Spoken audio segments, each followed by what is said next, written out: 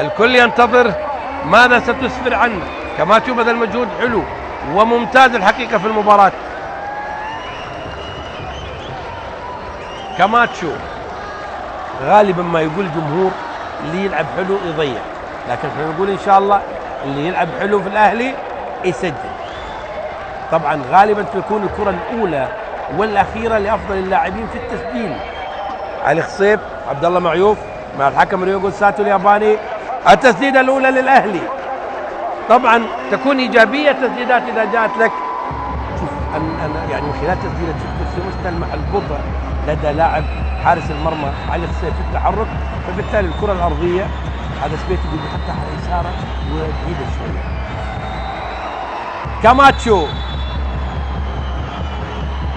كاماتشو يتقدم وبالرفو حلو جدا من كاماتشو. اذا الاهلي واحده لكاماتشو.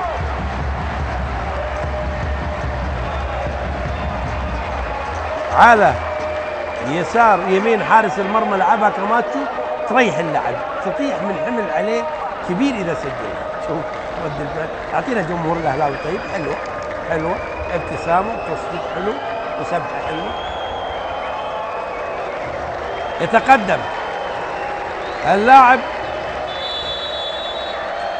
المحترف في صفوف الجزيره الاماراتي، يضيع. برافو عليك يا عبد الله معيوف. هنا ضيع اللي بذل مجهود وضيع اللي سجل جولين، وان شاء الله يستمر هذا التضييع. برافو عليك يا معيوف. 1-0 للاهلي. اذا زعلان اوليفيرا على تضييع عليها الفرصه. القادم من الاهلي عبد الله معيوف. والله بكرته على الحارس. يلا يا عبد الله صديتها، هات الثانيه بقوه شويه. والله شكله متخوف. بقوه شويه يا عبد الله، يلعبها. يا سلام عليك، قال ما عليك بالمعلق، انا ان شاء الله ضامنها. برافو يا معيوف. 2 للاهلي ولا شيء للجزيره، والتصويبه القادمه للجزيره. حلو والله، برافو حارس وشويت. حلو من معيوف.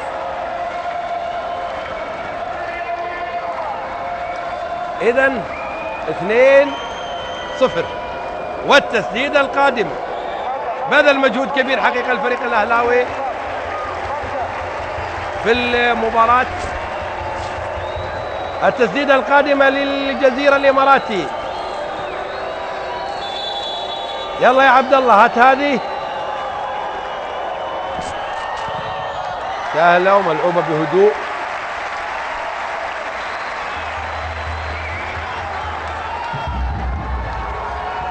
وبالتالي هذه واحدة تسجلت للفريق الإماراتي. 2-1. من القادم من الأهلي؟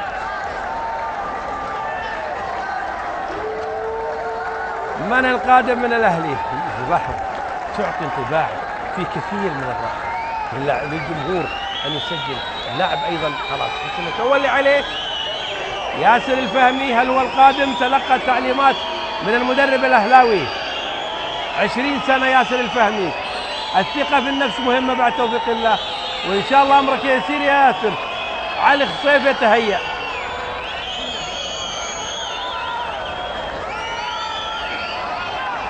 ياسر الفهمي في أثناء المباراة عندي بعض الخوف. ياسر الفهمي يلعب كرة، برافو عليك ياسر. الثالثة للأهلي.